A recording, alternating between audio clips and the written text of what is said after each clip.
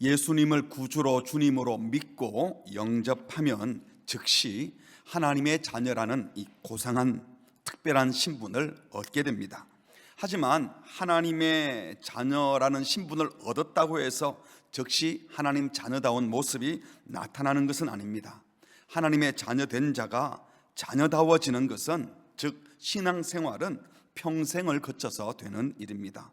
오늘 읽은 에베소서는 6장인데요 전반부 1장부터 3장은 전적으로 부패한 인생들이 받은 구원은 하나님께서 값없이 주신 은혜의 선물임을 분명히 말씀하시고, 그리고 후반부 4장부터는 하나님의 자녀 되어지는 과정, 소위 성화, 거룩해지는 과정, 예수님 닮아가는 과정이 무엇인지, 어떻게 주님을 닮은 온전한 새 사람이 될 것인지를 말씀합니다. 그래서 4장 첫 단어는 그러므로, 이렇게 구원받고 하나님의 자녀로 부름받은 자들이라면 그 신분에 합당하게 자녀답게 행해야 한다라고 권면하면서 13절에는 우리가 하나님의 아들을 믿는 것, 믿음과 아는 일에 하나가 되어서 온전한 사람을 이루어 그리스도의 장성한 분량까지 충만한 데까지 자라야 한다. 그런데 그 목표가 무엇입니까?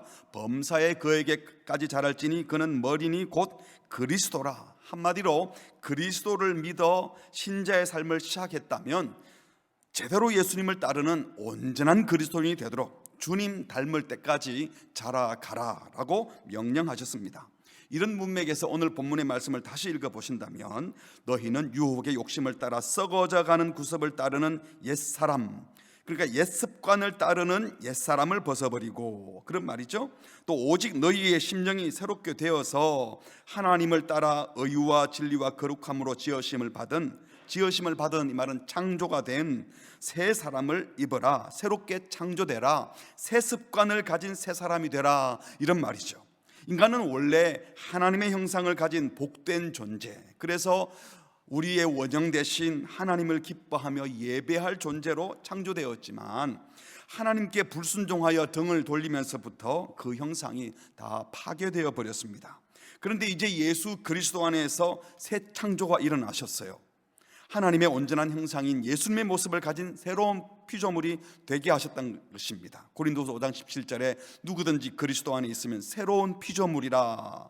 예수 안에서 완전히 새로운 피조물, 새로운 창조가 일어났습니다. 이것은 신분적으로 그렇게 되었다는 겁니다. 보라, 새 것이, 새 사람이 되었도다. 그러나 실제적으로 신자다운 온전한 하나님의 사람, 새 사람을 입는 것은 잃어버리고 파괴된 하나님의 형상을 회복하는 일은 여전히 진행 중에 있는 일입니다. 계속 추구해야 하는 일입니다. 이미 허락하신 하나님의 자녀된 신분에 걸맞는 온전한 새 사람으로 변화되어 가는 과정이 바로 신앙생활의 과정, 소위 성화의 과정입니다.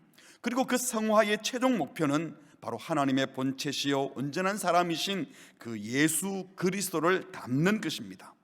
오늘 말씀은 바로 이렇게 성화되어야 될 신자들을 향하여 주신 명령입니다. 22절 다시 보시면, 너희는 유혹의 욕심을 따라 썩어져가는 구습을 따르는 옛사람을 벗어버리고, 제일 먼저 신자가 된 자는 옛사람을 벗어버리라 라고 했는데, 그 옛사람이 뭐라고 했죠? 구습을 따르는, 옛날 습관을 따르고 있는 사람, 구습대로 사는 사람, 습관이 잘못된 사람이 바로 옛사람이라고 했습니다. 그러니까 예수 믿기 전에 죄된 말과 행실, 성격과 태도인 그 옛습관, 구습은 무언가 하면 유혹의 욕심을 따라 썩어져 가는 것이라고 했죠. 그래서 이 썩어져가는 습관을 쫓아 살면 우리 육체도 영혼도 점점 피폐하게 되는 겁니다. 여기서 유혹의 욕심이라는 표현을 썼는데요, 이 말은 모든 욕구 자체가 나쁘다 이런 뜻은 아닙니다. 유혹을 받아서 그 욕구를 통제하지 못하고 선을 넘어 문제가 생기는 것을 두고 잘못됐다고 말하는 거죠. 배고플 때 먹을 것을 찾는 식욕, 밤에 잠자고 싶은 수면욕, 이성을 보고 끌리는 그 성적 욕구 자체가 나쁜 것은 아니지만, 선을 넘어서 과하게 취하거나 독차지하려고 할 때, 탐욕을 부려서 남의 가정을 탐낼 때 이게 음욕이 되고 방탕이 되는 겁니다. 유혹의 욕심이라고 하는 것은 내가 아예 못하는 것을 하려고 하는 것을 유혹의 욕심이라 그러진 않아요. 우리 예수님 보고 돌로 떡을 만들어라 하는 것은 유혹이 될 수 있을지 모르지만, 여러분 보고 돌로 떡 만들어 유혹받는 사람이 있습니까? 아예 못하는 건데요. 20장에 올라가서 뛰어내려가면 무서워서 안 뛰어내리지, 뛰어내려 볼까, 이런 유혹받는 사람 없는 겁니다. 난 못해 하면 그만이에요. 그러니까 유혹이라고 하는 것은요, 내가 그 정도는 감당할 수 있어, 드라마 보고 게임하고 스마트폰 갖고 노는 거 내가 알아서 절제할 수 있어 라고 하는데 절제 못하는 것, 이게 유혹이에요. 내가 남의 돈 떼먹고 그럴 사람이야? 빌려주면 내가 꼭 갚을 거야. 그래서 과하게 투자한 무슨 일에 해보려고 돈을 꽂는데 그게 유혹이 돼서 사실은 사고를 치기도 하지 않습니까? 난 그 정도 유혹에 안 넘어갈 거야, 난 음욕에 빠지고 그럴 사람이 아니야 라는 자만심에서 출발하는 것이 바로 유혹입니다. 그러다가 선을 넘어버리고 스스로 통제하지 못하는 데까지 가버리는 겁니다. 스스로 잘 안다고 생각하기 때문에 주님, 저도 그 정도는 다 압니다, 이번에 딱 한 번만 하고 다음에는 안 그럴 겁니다, 한 번만 봐주세요. 그리고 난 그래도 이 정도 절제하는 것은 대단한 거야, 이 정도 해도 남들보다는 잘해, 목사님들보다 내가 나은 것 같아, 뭐 이러면서요, 자기는 그래도 상당히 잘한다고 착각하는 겁니다. 여러분, 생각하고 나는 그럴 거야 한다고 해서 실제로 그렇게 합니까? 이미 우리 몸이 잘못된 습관에 들어있고 욕구에 빠져 있으면요, 아무리 생각해도 생각한 대로 못하는 겁니다. 착각을 하는 거예요. 내가 알아서 할게요 라고 했지만 전혀 알아서 못했고, 나도 모르게 옛 습관, 더러운 습관, 죄된 습관이 이미 나를 딱 붙들고 나쁜 사람으로 만들어 놓아버렸습니다. 그래서 문제는요, 유혹에 빠져서 자기도 모르게 물이 이미 들어있기 때문에 자기는 그래도 잘하고 있다고 생각하니까, 자기에게 나쁜 습관이 있는 조차도 잘 모르니까, 나쁜 줄 알아도 고칠 능력이 없기 때문에 그런 부패한 인간들이 스스로 옛 습관, 잘못된 습관을 찾아내어서 스스로 그것을 고치고 버린다는 것 자체가 우리에게는 불가능한 것입니다. 그러므로 유혹을 따라 썩어져가는 구습을 따르는 옛사람을 벗어버리라 라고 하는 것은요, 옛습관과 싸우라는 게 아닙니다. 싸워서 이길 능력이 우리에게 없어요. 나도 모르는 나의 옛습관을 어떻게 찾아서 싸우고, 이미 내 몸에 배어버린 그 습관을 내가 스스로 어떻게 이기겠습니까? 우리는 구습을 버리라, 옛사람을 버리라 하면 대충 생각하는 게, 예수 믿기 전에, 말씀을 대하기 전에 이미 교회 다니면 이 정도는 해야 돼 하는 것들 있잖아요. 담배 끊고 술 끊고 뭐 이러면서, 그러고 나서 이제 제자 훈련 받아야지, 냄새 피우면 안 되니까, 예배당에 들어오는데 술 먹고 오면 사람들이 싫어할 거야, 그 정도 끊는 것. 여러분, 그게 끊고 버리는 정도가 아닙니다. 신앙생활은 그 정도의 수준에 머무르는 것이 아닙니다. 새 옷을 입으려면 더러운 옷을 벗고 목욕을 하고 새 옷을 입어야 하니까 일단 벗어야 한다라고 하면서 벗는데, 겨우 벗는다는 게 뭘 끊고 뭘 안 하는 정도로만 생각하지 않습니까? 그래서 많은 그리스도인들이 신앙생활의 1단계인 벗는 것, 끊는 것만 자꾸 성화인 줄 알아요.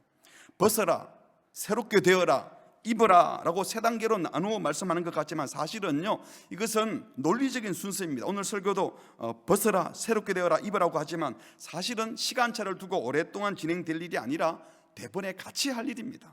다시 본문을 보시면요, 너희는 유혹의 욕심을 따라 썩어져가는 구습을 따르는 옛사람 벗어버리고 너희의 심령이 새롭게 되어 하나님을 따라 의와 진리의 거룩함을 지으심을 받은 새 사람을 입어라. 이게 벗어라, 입어라는 명령형 동사가 이 과거 시제로 표현되는 것은요, 단번에 해야 될 엄중한 명령입니다. 다시 말해서 일단 벗고 한참 있다가 나중에 입는 게 아니고 바로 입어야 돼요. 벗는 것은 바로 입기 위해서라는 겁니다. 그러므로 여기서 옛사람을 벗어버리라는 것은 일단 옛습관, 옛사람 벗고 나서 나중에 새사람 입는 것이 아니고 지금 당장 새사람을 입으라는 겁니다. 근본적으로 나는 문제가 있기에 내 삶의 주인을 바꾸겠다, 내가 가던 길 걷지 않고 이 자리에 박차고 일어나 성령님 따르겠습니다 선포하고 첫 발걸음을 바로 지금 내디디라는 겁니다. 벗는다라고 표현을 한 것은 옷이 몸에 딱 맞아서 완전히 내 몸에 입혀져 있잖아요. 그래서 그게 아주 자연스럽고 편리한 거예요, 오래 입던 옷이. 근데 그 옷을 용기 내어 벗어버리고 새 옷을 입으면 약간 불편할 수도 있지만 새 사람을 입어라, 새 삶을 선택하라 라는 겁니다. 이건 유혹에 끌려다니지 말고 성령을 따라 행하기로 작정하라는 겁니다. 갈라디아서 5장 16절에 보니까 너희는 성령을 따라 행하면 육체의 욕심을 이루지 않는다라고 했어요.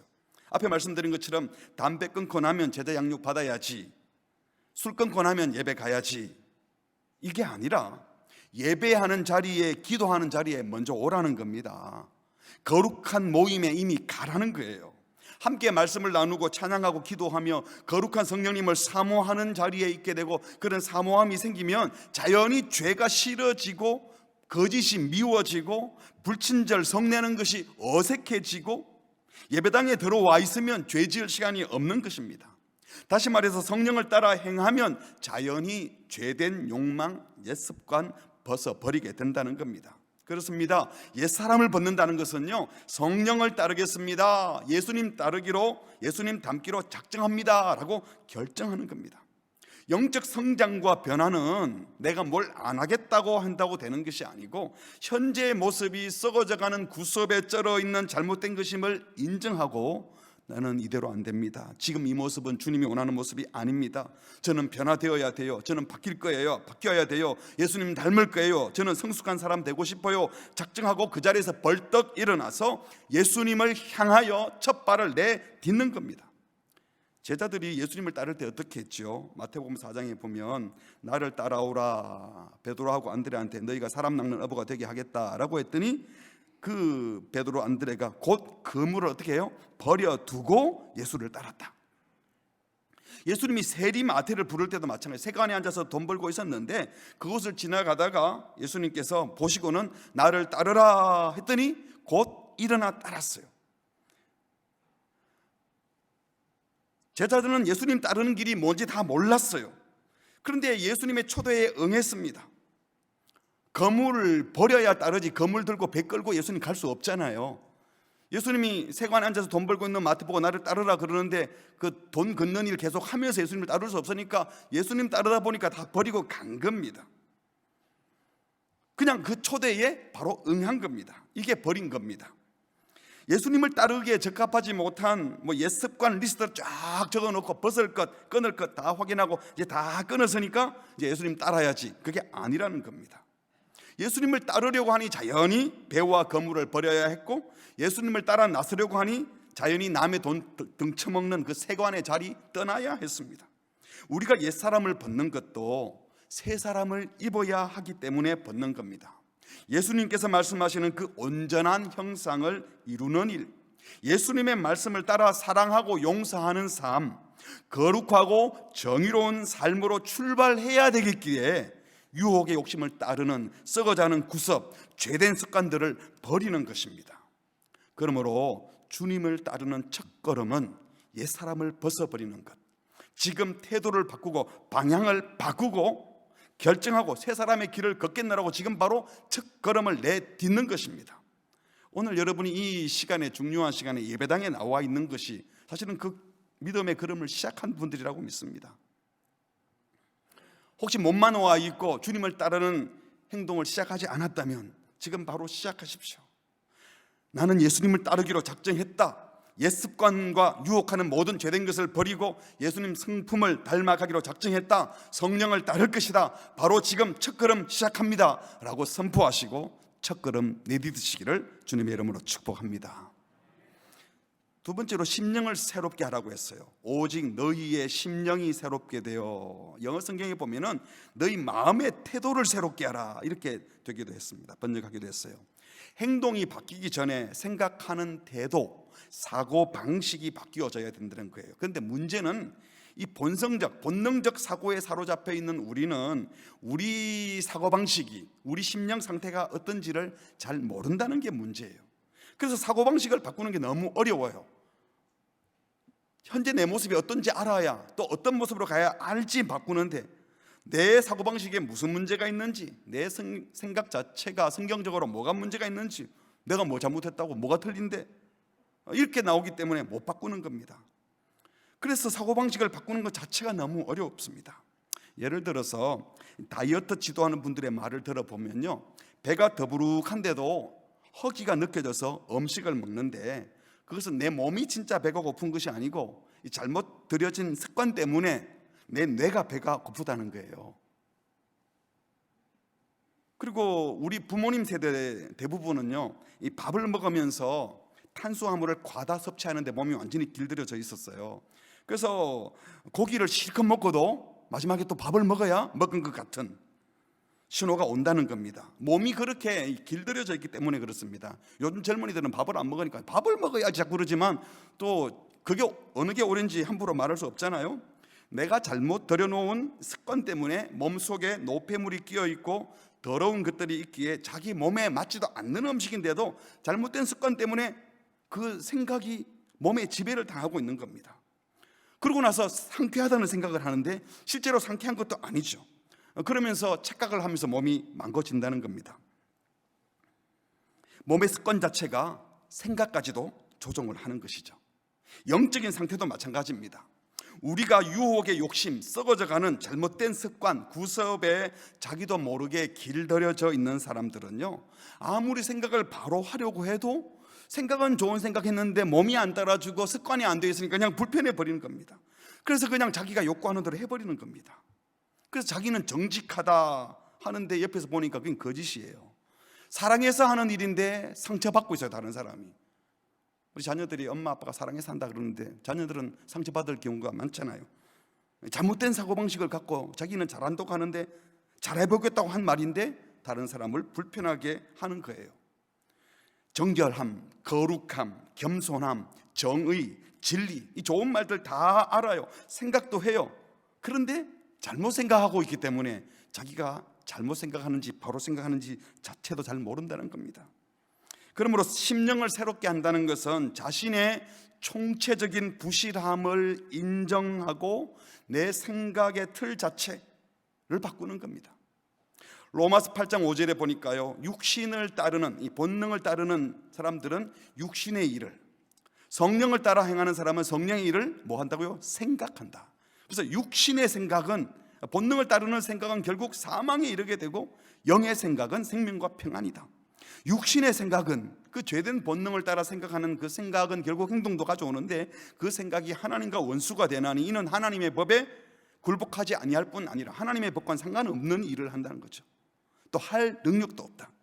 육신의 생각을 가진 사람에게 아무리 성경 말씀을 읽혀주고 들려줘도 생각의 틀이 바뀌어지지 않으면 말씀 자체를 잘못 깨닫기 때문에 제대로 순종하지 못합니다. 사고방식, 생각체계, 소위 세상에서 이미 상식이다, 이건 당연해 라고 하는 이 믿음, 또 세속적인 가치, 이 전제들이 머릿속에 쫙 깔려있기 때문에 이런 가치와 생각을 가지고 성경을 아무리 읽어도 예수님 사고방식으로 안 바뀌어진다는 겁니다. 소위 패러다임 시프트가 일어나지 않으면, 사고의 전환이 일어나지 않으면 아무리 성경에 정보가 들어가도 이상한 짓을 하는 거예요. 예를 들면 가다라 지방에서 어떤 두 사람이 귀신이 들려서 고통당하면서 무덤에 다니고 쇠사슬에 묶여있는데 막 풀고, 그래서 온 동네를 힘들게 하는 두 사람이 있었는데 예수님께서 그 사람 앞에 딱 서니까 그 두 사람 속에 있는 귀신들이 소리를 지릅니다. 왜 우리를 괴롭히려고 때도 안 되는데 왔느냐? 이런데 예수님께서 딱 쳐다보십니다. 그런데 이 두 사람이 또 소리를 지릅니다. 그 속에 귀신들이 말하는 거죠. 만일 우리를 쫓아내시려면 우리를 저 돼지떼에 들여 보내주세요. 그랬더니 예수님께서 그래라 했더니 이 귀신들이 나와서 2,000마리의 돼지떼에 들어가고 2,000마리의 돼지떼가 갑자기 미쳐서 물속으로 들어가 몰살을 해버렸어요. 그래서 2,000마리 돼지떼가 죽으면서 두 사람이 정신이 온전해졌죠. 이것을 본 사람들이 마가복음 5장에 보니까 예수께서 이르러 그 귀신 들렸던 자, 곧 군대 귀신 집혔던 자가 옷을 입고 정신이 온전하여 앉은 것을 보고 사람들이 두려워했어요. 미친 사람이 갑자기 제정신이 들어와 있는 것을 보니까 반갑고 기쁘기도 하지만 두려웠던 것입니다. 그러면 여러분 어떻게 해야 되겠습니까? 예수님 감사합니다. 또 우리 교회 또는 우리 집에 우리 마을에 이런 사람들인데 이 사람도 고쳐주세요, 이래야 될 텐데 그들의 반응은 16절 같이 읽어볼까요? 시작. 이에 귀신 들렸던 자가 당한 것과 돼지의 일을 본 자들이 그들에게 알림해 그들이 예수께 그 지방에서 떠나시기를 강구하더라. 왜 떠나라고 했을까요? 두 사람 고침받은 건 좋은데 고맙지만 너무 큰 손해를 입혔다고 생각합니다. 아이고 저 아까운 2,000마리. 여러분, 오늘 이 사건의 이야기를 들으면서 그래도 고치려면 그냥 두 사람만 고쳐주지 그 돼지 2,000마리를 죽일 필요가 뭐가 있노, 아깝게 얼마나 많이 살릴 텐데, 이런 생각을 혹시 하지 않았습니까? 한 생명이 소중함을 안다면요, 돼지 2,000마리와 그 두 명의 영혼이 돌아온 것을 안다면 그걸 어떻게 비교할 수 있겠어요? 사고방식에 문제가 있는 것입니다. 사람이 죽고 사는 문제보다 돌에 더 신경이 가 있으니까 그딴 식으로 생각을 하는 겁니다. 서구에서는 오래전부터, 미국에서도 그렇고요, 우울증이나 정신질환이 있으면 우리가 감기약 처방 받으러 병원 가는 것처럼 정신병원에 다니고 또 정신과 선생님과 이 상담을 하는 것까지도 다 보험 처리가 돼요. 그런데 질병을 앓는 사람을 다른 사람들같이 똑같이 편안하게 대해주고 조심스럽게도 대해주는 게 당연한 분위기인데, 우리나라에는 특별히 교회에서는 정신적인 질환이 있거나 또 장애를 입고 발작을 일으키면 뭐 귀신 들렸다 이러면서 오판을 해가지고 귀신 쫓는다 이런 소리를 하고, 또 정신과 진료를 받고 있다면 괜히 어색한 눈으로 보는 그런 사람들이 있지 않았습니까? 많이 나아지긴 했지만 많은 사람들이 몸에 병든 사람 불쌍히 여기면서 뇌에 신경에 정신에 병이 든 사람은 불쌍히 여기지 않고 무시하거나 어색하게 대하려는 거, 이거 아주 잘못된 사고방식인 것이죠. 그뿐만 아닙니다. 세상에서는 젊은이가 노인을 공경하고 자녀가 부모에게 순종하고 아내가 남편에게 순종하라는 식으로 이야기하는데요, 우리 예수님은 어떻게 하셨습니까? 스승이신 예수님이 제자들의 발을 친히 씻겨주면서 너희도 서로 발을 씻겨주는 게 옳다, 이렇게 말씀하셨어요. 이 말씀을 받은 사도 바울은 에베소서 5장에 보면은요, 남녀노소, 남자 여자, 늙은이 젊은이, 또 신분 고하, 부모 자식, 또 종과 상전, 이 관계를 다 통틀어 말하면서 그리스도를 경외하는 사람들은 서로 복종해야 된다, 이렇게 말씀하셨어요. 이 복음을 따르는 교회가 교회 안에서 위계 질서를 당연히 여기듯이 말하는 것 역시 바꾸어야 될 잘못된 사고방식인 것이죠. 이런 것들이 한두 가지가 아닙니다. 우리도 모르게 굳어버린 사고방식, 성경을 읽으면서도 세속적 사고방식, 자기만의 죄된 사고방식으로 성경을 읽기 때문에 깨닫지 못하고 변하지 않는 것입니다. 만일 우리가 그리스도를 따르고 닮기를 원한다면 반드시 예수님의 생각을 알고 예수님의 가치를 알고 예수님의 꿈과 비전을 알고 바꾸는 회심이 필요한 겁니다. 그리스도께서 하시는 생각, 그리스도의 인격, 그리스도의 삶의 모습을 보고 우리의 의식 자체를, 사고방식, 틀 자체를 바꾸라는 것입니다. 이것이 바로 회심이고 이것이 바로 회개입니다. 세상에서 말하는 상식이 진리가 아니잖아요. 세상의 상식에서 조금 더 나은 변화를 추구하는 정도가 아니라 우리의 사고방식, 또 세상에서 말하는 상식 자체에 큰 문제가 있다는 사실을 알고 내 생각을 전적으로 바꾸는 것, 이게 바로 회개고 회심이고 그리스도께로 돌아오는 겁니다. 생각을 바꾸어야 행동이 따라오는 거잖아요. 예수님과 같이 생각한다는 것은요, 자기중심적인 죄인들의 이 미숙한 생각을 중단하고 주님을 기쁘시게 하고 이웃을 복되게 하려는 성숙한 생각을 하는 겁니다. 미숙한 생각, 이것은 죄된 모습으로 본능적이죠. 자기 것 챙기고 자기에게 초점을 맞추는 이 본능적인 생각에서 벗어나서 성숙한 생각은 뭡니까? 항상 나를 창조해 주시고 나를 구원하시고 인도하시는 하나님을 예배하고 또 같은 하나님의 형상을 가진 다른 이웃들을 섬기려고 하는, 나 중심이 아니라 하나님과 다른 사람들에게 초점을 맞추는 것, 이게 바로 성숙한 자의 모습입니다. 사도 바울이 싸우고 있는 고린도 교인들에게 편지를 쓰면서 그렇게 싸우고 시기 분쟁하는 게 육신에 속한 자, 곧 어린 아이들이기 때문에 그렇다라고 하면서 너희는 아직도 어린아이처럼 육신에 속한 자로다. 너희 가운데 시기와 분쟁이 있으니 어찌 육신에 속해서 사람, 죄된 본능을 따라 행하는 것이 아니겠느냐? 육신에 속한 자, 어린아이의 특징이 남 잘 되는 것 싫어하고 자기가 손해보는 것 힘들어하고 모든 걸 자기 중심적으로 자기 욕구대로 내가 먹어야 되고 내가 좋아야 되고 내가 최고여야 되고 이런 생각이 바탕에 깔려 있다는 겁니다. 그러나 우리 주님은 시기 분쟁이 아니라 항상 자기를 비워 종의 형체를 가지고 밑으로 내려오셨고 자기를 내어놓으시는 삶을 사셨습니다. 성경이 말하는 사랑의 핵심이 다른 것이 아니라 바로 그것입니다. 나보다 남을 먼저 생각하고 나보다 남을 낮게 여기며 나보다 남을 더 귀히 여기는 겁니다. 이것이 나를 무시하라는 게 아니에요. 그런 복된 존재로 남과 함께 가는 존재가 바로 나라는 것이, 나를 정말 귀히 여기는 겁니다. 그게 바로 사랑입니다. 그것이 바로 우리 주님의 사고방식입니다. 우리 본능에 그게 없어요. 죄인에게는 그것이 없어요. 심지어 부부 사이에도 자기 욕구, 자기 것 먼저 생각하잖아요. 그래서 끊임없이 물어봐야 됩니다. 내 사고방식 중은 주님과 상관없는 게 뭐가 있습니까? 내 사고방식은 누구 중심인지, 어디에 초점이 가 있는지 자꾸 물어봐야 돼요. 사도 바울이 로마서 15장에 우리 각 사람이 누구를 기쁘게? 이웃을 기쁘게 하되 선을 이루고 덕을 세우도록 할지니라. 그리스도께서도 이 땅에 오셨던 예수님도 하나님이시지만 자기를 기쁘게 하지 않으시고 아버지 하나님을 기쁘시게 하도록 하기 위하여, 아버지 하나님이 원하시는 그 영혼들을 구원하기 위하여 자기를 내어놓으셨습니다. 심령이 새로워지는 것은 우리의 사고방식이 주님의 사고방식으로 바뀌어지는 겁니다. 내가 욕구하고 욕망하는 것이 주님의 욕망과 같아지는 겁니다. 심령이 새로워지는 것은 우리 안에 우리 영혼을, 우리 마음을, 우리의 인격을 조종하는, 운전하는 그 운전대를 주인이 바꾸는 겁니다. 주님이 운전하시도록 그 주인에게 자기를 맡겨드리는 겁니다. 어떻게 해서든 예수님의 뜻이 나를 통해 실현되기를, 주님의 꿈이 나를 통하여 이루어지기를 꿈꾸는 자가 바로 생각을 바꾸는 것입니다.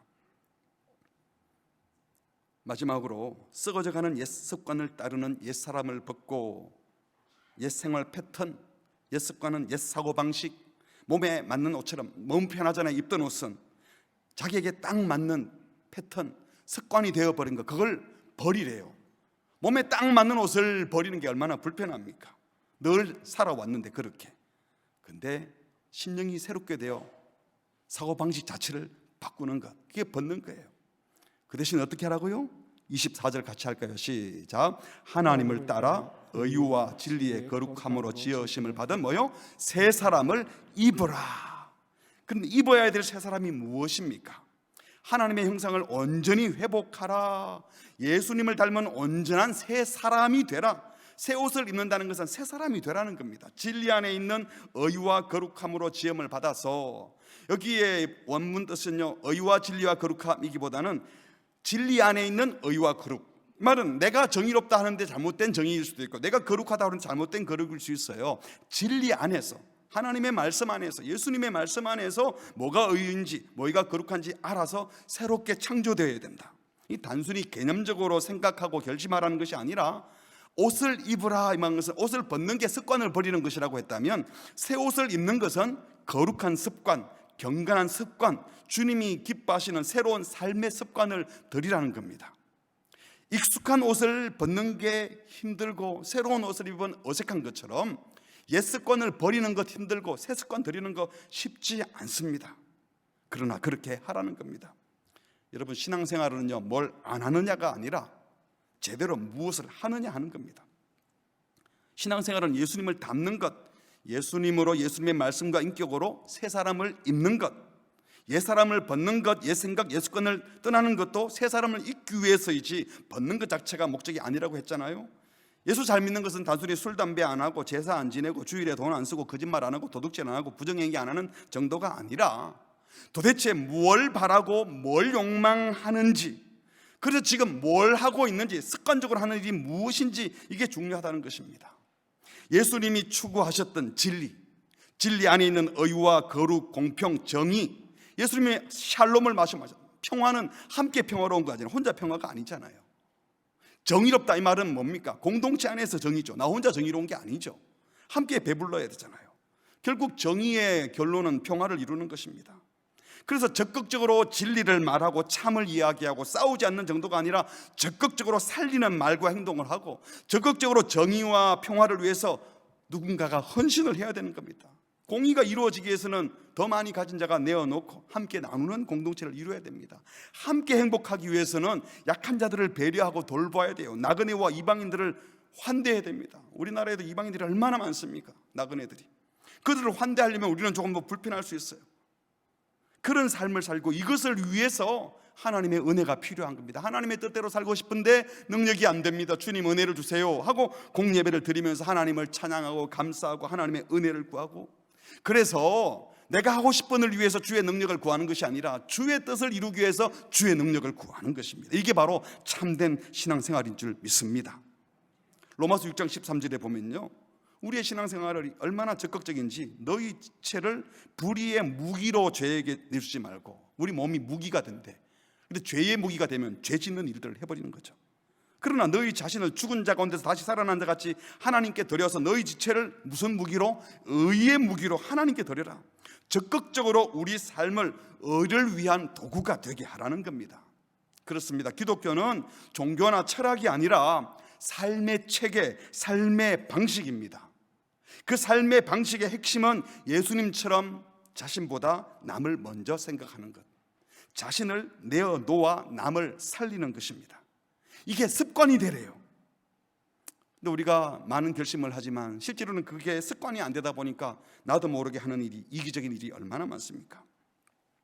어떤 사람이 영적으로 성숙한 사람인가 그렇지 못한가 하는 것은 성경 지식이 얼마나 많은지, 기도의 분량이 얼마나 채워졌는지, 봉사나 헌신의 분량이 얼마나 많은지, 이게 아니라 참으로 영적으로 성숙한 것은 자기도 모르게 하는 습관적인 말, 습관적인 행동, 습관적인 표정에서 그 영성이 드러나는 것입니다. 이게 바로 신앙 인격이고 신앙의 성품입니다. 한 사람의 신앙은 인격과 성품에서 드러나는 것입니다. 한 사람의 신앙은 결국 종교 활동이나 봉사의 내용으로 드러내는 것이 아니라 그의 평소의 인격과 성품에서 드러나는 것입니다. 그리고 좋은 성품, 좋은 신앙 인격은요, 하루아침에 만들어지지 않습니다. 좋은 습관이 몸에 배어 있을 때 우리는 성품이 좋다라고 합니다. 습관적으로 친절하고 있었다면 여러분의 성품이 된 겁니다. 습관적으로 정리정돈을 하고 습관적으로 말하기보다 듣기를 좋아한다면, 습관적으로 용납하고 받아들이고 포용하고, 습관적으로 충성하고 헌신하고, 습관적으로 미워하기보다 용서하고, 습관적으로 배려받기보다 배려해주고 헌신하고 있다면, 습관적으로 기도의 자리에 나와 있다면, 습관적으로 이 예배의 자리에 계시다면, 아무 생각 없이 그냥 툭 하는 행동인데 그게 남을 용서하고 사랑하는 것이라면 그게 바로 여러분의 영성이고 그게 여러분의 성품인 것입니다. 그런데 만약 애를 써야 용서가 되고 애를 써야 이해를 하게 되고 아무 생각 없이 하면 이기적인 행동을 하고 있다면, 더 애를 써야 잘할 수 있다면 아직 우리는 연습이 부족한 겁니다. 신앙이 없는 게 아니고 아직 훈련이 덜 돼서 그런 겁니다. 그러므로 좋은 습관이 몸에 배이도록 연습하고 또 훈련하시기 바랍니다. 천국 백성, 하나님의 자녀, 신자라는 신분은 예수 믿는 즉시 되는 것이지만 하나님의 자녀다운 신자로 온전한 하나님의 사람으로 변화되는 것, 새 사람을 입는 것은 결코 하루아침에 갑자기 되지 않습니다. 평생의 과업입니다. 연습을 계속해야 됩니다. 지속적으로 훈련하고 연단하여 거룩한 습관이 들도록 해야 됩니다. 디모데전서 4장 8절에 육체의 연단은 피지컬 트레이닝 이렇게 표현했어요. bodily exercise, 몸의 훈련, 몸의 연습은 약간의 유익이 있다. 이것도 유익이 있어요. 몸 훈련하는 것 굉장히 유익이 있어요. 그러나 경건은, 이 말은 경건의 연습은 이 말이겠죠. 영적 성장을 위하여 경건을 훈련하고 연습하는 것은 약간의 유익이 아니라 범사에 유익하다. 항상 유익할 뿐만 아니라 그것은 지금 생애와 앞으로 내세에도 약속이 있는 것들이다. 하나님이 주시는 보상과 은혜가 있다는 겁니다.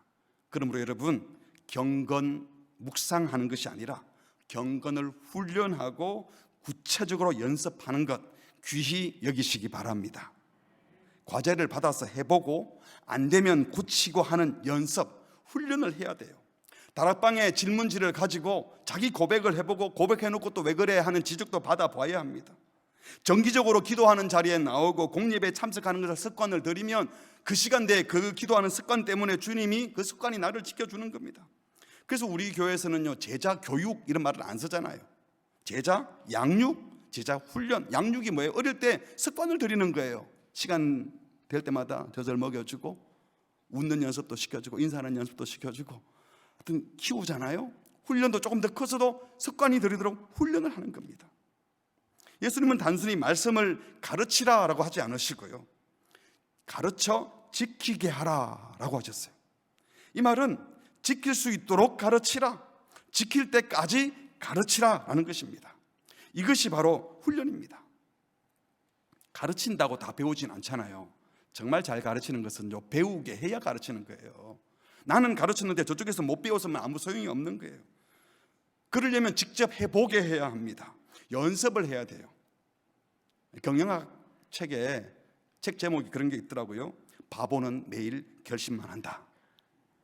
근데 그 책 제목을 가만히 보면서 우리 교인들이 그러는 거 아닌가? 맨날 은혜 받았다 하는데 보면 그냥 감동받아서 결심을 했어요. 그냥 결심만 했는데 나가면 또 똑같아. 집에 가면 또 똑같고 운전할 때 또 금방 똑같고. 아무리 결심해도 실제로 해보지 않으면 소용이 없는 겁니다.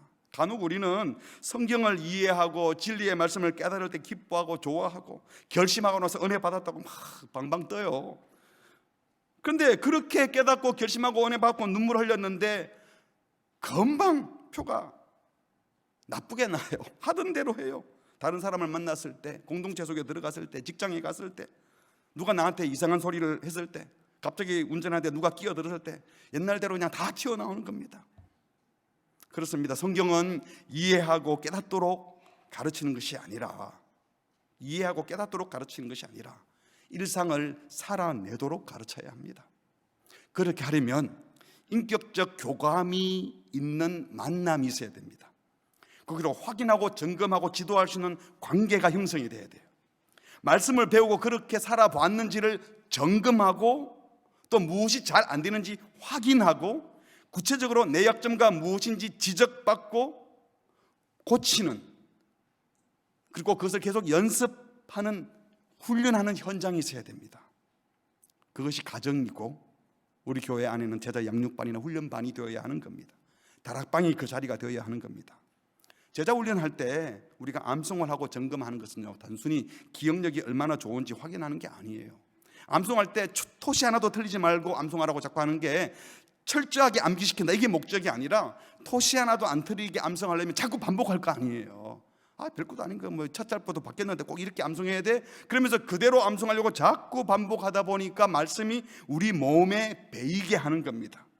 그래서 문제가 툭 터지면 자기도 모르게 계속 암송하고 말씀을 묵상하던 것이 쌓여 있다 보니까 본성을 따라 반응하지 않고 말씀을 따라 반응하는 사람이 되도록 연습하려는 것이 바로 그런 성경을 암송을 시키고 그러는 겁니다. 설교 노트를 하는 것도 요약 정리를 얼마나 잘하느냐 연습하는 게 아니라 들은 말씀을 붙들고 결단하고 적용하는 글을 써보는 거예요. 그래야 다음에 내가 그대로 살았는지 안 살았는지 확인할 수 있으니까 그런 연습을 하자는 겁니다. 그래서 항상 모든 제자 훈련의 과제물들은요, 자기의 느낌, 자기의 결단, 적용을 기록하라고 해요. 생각하고 기록하고 행동해보고 점검하자는 겁니다. 그래야 확인이 가능하고 연습을 시킬 수 있기 때문에 그렇습니다. 이런 삶의 자세는 제자 양육 훈련뿐만 아니라 다락방 모임에서, 개인의 모든 삶에서, 가정생활에서, 부부관계 속에서도 계속해서 주님이라면 어떻게 하실까라고 물어보고 거기에 내가 구체적으로 결단하고 말과 행실로 반응하는 연습을 계속 해보는 겁니다. 이것이 경건 훈련이고 연습인 것입니다. 종종 제자 훈련생 중에요, 정성 들여 독후감을 써내고 큐티, 설교노트 하여튼 철저하게 써내요. 그래서 숙제는 완벽하게 너무 멋있게 하는데 여전히 말이 따뜻하지 못하고 거칠고, 그분이 말을 하면 평가받는 것 같고 마음이 부담스럽고, 하나님을 두려워하고 주님을 의지하기보다 자기 열심으로 뭐든지 해내는 자기 의에 가득 찬 분들이 종종 있습니다. 배우기 때문에 겸손을 떨어요. 겸손해야 되는 걸 알아서. 근데 실제로는 겸손하지 않아요. 바로 옆에 있는 사람 배려할 줄 모르고 기다려줄 줄도 모르고, 한마디로 아직 사랑하지 못하고 있어요. 그렇다면, 아직도 여전히 주변의 사람을 불편하게 하고 있다면 그것은 훈련을 한 것이 아니라 그냥 공부를 한 겁니다. 사랑하는 성도 여러분, 우리는 주님을 닮을 목표를 가지고 연습하고 훈련하는 사람들입니다. 복음이 우리 삶의 실제가 되도록 훈련 받으셔서 훈련 받은 후에 다른 사람을 배려하고 사랑할 줄 아는 사람으로, 공동체의 평화를 이루어낼 줄 아는 사람으로 자라나기를 주의 이름으로 축복합니다. 말씀을 맺겠습니다. 기독교 신앙은 믿습니다, 결심합니다 하는 것으로 끝나지 않습니다. 기독교 신앙은 그리스도의 인격과 말씀을 따르는 삶의 체계이고 예수님이 보여주신 인격과 삶을 연습하는 것입니다. 여러분은 지금 예수님을 사랑하셔서 그 주님을 닮는 연습을 하고 계신가요? 계속 그것을 묵상하고 실제로 변화를 추구하고 계신가요? 탁월하지 못하더라도 계속 변화하는 우리 모두가 되기를 바랍니다. 그러기 위해서는 옛사람, 옛습관, 나도 모르는 유혹의 욕심에 빠진 행동들을 버리고 거룩하신 주님을 따르기로 내 죄된 본성이 아니라 성령을 따라 행하겠다고 작정하시기 바랍니다. 거룩한 성령님을 사모하고 따르기로 작정할 때 모든 거짓과 탐욕, 불의, 불법, 엄난 악행들이 싫어질 겁니다. 적극적으로 진리를 말할 때 거짓이 물러가고 정의를 시행하기 위하여 헌신할 때 불의를 떠나게 될 것이고 사랑하고 용서할 때 모든 미움이 사라지는 겁니다. 벗는 것에 목표를 세우지 마시고 입는 것에 목표를 세우라는 겁니다. 두 번째로, 내가 당연하다, 옳다고 생각했던, 내가 상식이야, 이건 옳은 거야 라고 했던 그 기준들, 주님이 싫어하시는 죄된 사고방식이 많이 있을 수 있다는 사실을 날마다 인정하면서 날마다 마음을 새롭게 하시기 바랍니다. 로마서 12장에서도 동일하게 11장까지 구원에 대해서 얘기하다가 너희는 이 세대 본받지 말고 마음을 새롭게 함으로 변화를 받으라, 그리고 하나님의 뜻을 분별하라 라고 했습니다. 주님, 마음을 제게 주옵소서. 남을 먼저 생각하고 주님을 먼저 생각하는 성숙한 마음을 제게 주옵소서. 분별력을 주셔서 악을 따르지 않고 신자다운 삶을 낼 수 있도록 내 마음에 새로운 변화를 주옵소서. 그렇게 기도하시기 바랍니다. 마지막 세 번째로, 경건한 습관을 연습하고 또 훈련하시기 바랍니다. 내 몸이 죄에 굴복하지 않고 말씀에 굴복하게 해달라고 간구하십시오. 제임스 스미스 목사님이라는 분이 책을 썼는데 책 제목이 습관이 영성이다. 근데 원래 원 제목은 당신이 사랑하는 그것이 바로 당신이다, 이런 거예요. 나도 모르게 욕망하는 것, 그래서 내 습관이 되어버리는 것, 그게 바로 진짜 영성이라는 거죠. 생각하고 결심한 게 내 영성이 아니라 나도 모르게 하나님의 영광을 먼저 구하고 있고 나도 모르게 다른 사람의 필요에 더 민감한 사람이 되고 있다면 그게 바로 나의 영성이라는 겁니다. 나도 모르게 공공의 유익을 더 소중히 여기고 나를 희생해서라도 남을 살리는 일이 자연스럽게 될 때까지 그것이 습관이 되도록 무의식적으로 한 것이 주님을 따르는 일이 될 수 있도록 자꾸 연습하고 또 연습하십시오. 연습이 덜 돼서 조금 부족한 사람 보고 판단, 평가, 비난하지 마시고 같이 연습하십시오. 큐티하고 제자 훈련하고 다락방에 참여하고 봉사의 자리에 가는 것도 결국은 주님을 더 닮기 위한 훈련의 장이 되어야 됩니다. 우리가 공예 예배에 오는 것도 바로 그런 일을 하는 것입니다. 무슨 일을 하든지 예수님을 닮은 여러분 때문에, 또 예수님을 더 많이 닮은 여러분 때문에 주변이 평화로워지고 복되어지고 더 정의로워지고 더 따뜻해지기를 주님의 이름으로 축복합니다. 아멘. 우리 함께 찬양하겠습니다. 이 세상을 살아가는 동안에 나의 힘을 의지할 수 없으니, 왜? 내 힘과 내 생각이 잘못되었기 때문에. 그러나 낙심하지 않는 것은 주님이 내 소망이다. 하나님의 꿈이 나의 비전, 예수님의 성품이 나의 인격이 되고 성령님의 공능이 나의 능력이 되어서 내 욕망 자체가 주님의 욕망과 같아지고 싶습니다. 이런 마음을 담아서 함께 고백하겠습니다. 이 세상을 살아가는 동안에 나의 힘을 의지할 수 없으니 기도하고 낙심하지 말 것은 주께서 참 소망이 되심이라. 다시 한번 이 세상을 살아가는 동안에 나의 힘을 의지할 수 없으니 기도하고 낙심하지 말 것은 주께서 참 소망이 되심이라. 하나님의 꿈이 나의 비전이 되고 예수님의 성품이 나의 인격이 되고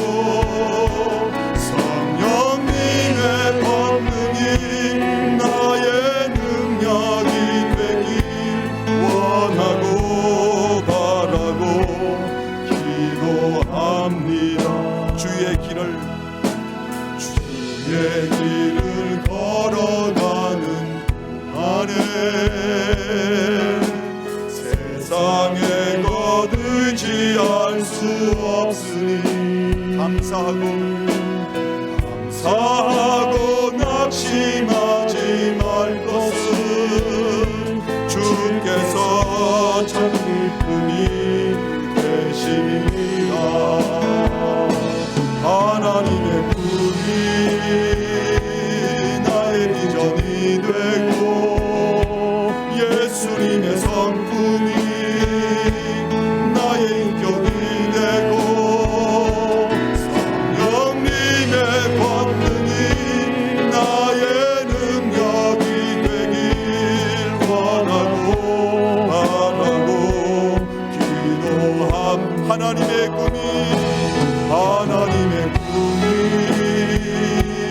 나의 비전이 되고 예수님의 성품이 나의 인격이 되고 성령님의 권능이 나의 능력이 되길 원하고 바라고 기도합니다. 우리 함께 기도하겠습니다. 신앙이 좋은 것은 어떤 결심을 많이 했느냐, 얼마나 좋은 생각을 많이 하느냐로 결정되는 것이 아닙니다. 누군가가 물어보면 좋은 결심 얘기하고 또 토론회 장에 가면 좋은 생각 다 말하죠. 저도 설교 시간에 이렇게 좋은 얘기 잘 합니다만 습관이 들어있지 않고 그냥 하는 몸으로 하는 행동들이 주님이 말씀하시는 그 반응이 나오지 않고 있다면 우리는 계속 더 연습하고 더 훈련해야 됩니다. 가장 많이 연습하고 훈련해야 될 곳은 바로 어쩌면 여러분이 가장 가깝게 지내는 여러분 가족들일 겁니다. 배우자, 부모, 자녀, 가까운 친척, 우리 직장의 동료들, 여러분 다락방 식구들, 여러분 가장 가까이 있는 사람들에게 나도 모르게 금방금방 내가 생각지 않았는데도 나오는 반응들이 주님이 말씀하시는 그것들인지 아니면 여전히 탐욕적이고 이기적이고 나를 기쁘게 하고 내 자존심 세우는 것들인지 우리 물어보면서 주님, 우리 찬송 부른 것처럼 예수님의 꿈이 나의 비전이 되고 싶습니다. 주님의 성품이 내 인격이 되고 싶습니다. 제가 욕구하는 것 자체가 나도 모르게 습관적으로 하는 그것이 주님의 뜻과 같고 싶습니다. 주님, 이 욕구를 허락해 주시고 이 변화를 위해서 함께 훈련하게 하시고 연습하게 하시고 나는 충분히 잘하고 있어가 아니라 정말 주님 닮는 모습으로 주님을 증거하고 싶으니 주여 저를 변화시켜 주시옵소서. 훈련의 자리에 늘 가게 하시고 변화되는 자리가 되게 하시고 우리 교회 공동체 하는 모든 일들이 바로 주님을 닮는 현장이 되게 하여 주시옵소서. 우리 자녀들도 그런 좋은 습관이 들게 해 주시옵소서. 우리 가족들도 그런 습관이 들게 하여 주시옵소서. 우리 함심에서 같이 기도하시겠습니다. 하나님 아버지,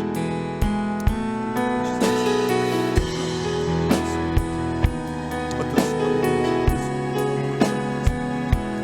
나도 모르게 하는 바를 주님의 말씀과 그 바를 기록하시는 바랍니다.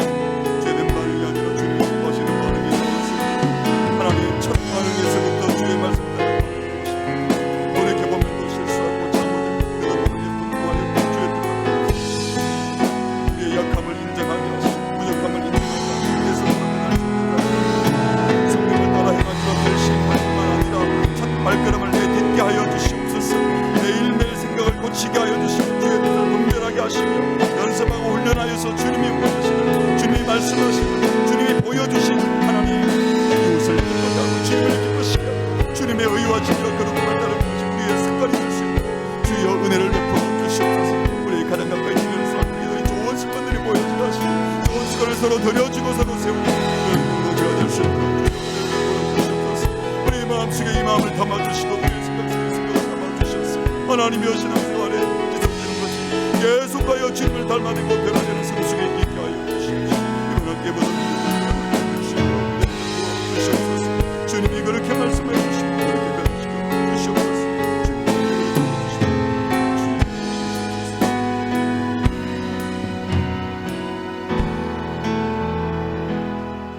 하나님 아버지, 원수되었던 우리, 죄에 물들었던 우리를 자녀 삼아주시고 아들, 딸이라 불러주시며 귀하다 말씀해 주시니 감사합니다. 주님의 마음에 합한 자로 주님이 기대하는 그 모습에 이르기를 연습하고 있지만 너무 부족합니다. 하나님, 부족하면서도 연습하지 않고 훈련하지 않고 변화될 열망도 없이 그냥 이대로 좋다고 살았던 우리를 용서해 주시고 회개하게 하시고 이제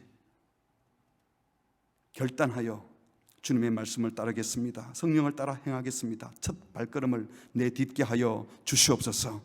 우리의 평소의 생각들에게 문제가 많았음을 인정하고 매일매일 우리의 생각을 고치는, 생각을 바꾸는 연습이 되게 하시고, 구체적으로 경건을 연습하고 훈련하여서 나도 모르게 한 행동과 나도 모르게 했던 말들이 영혼을 살려내고 공동체의 평화를 이루어내고 주님의 정의를 시행하는 일들이 될 수 있도록 우리 모든 성도들의 삶을, 말을, 행동을, 습관을 훈련시켜 주시옵소서. 예수님의 이름으로 기도합니다. 아멘.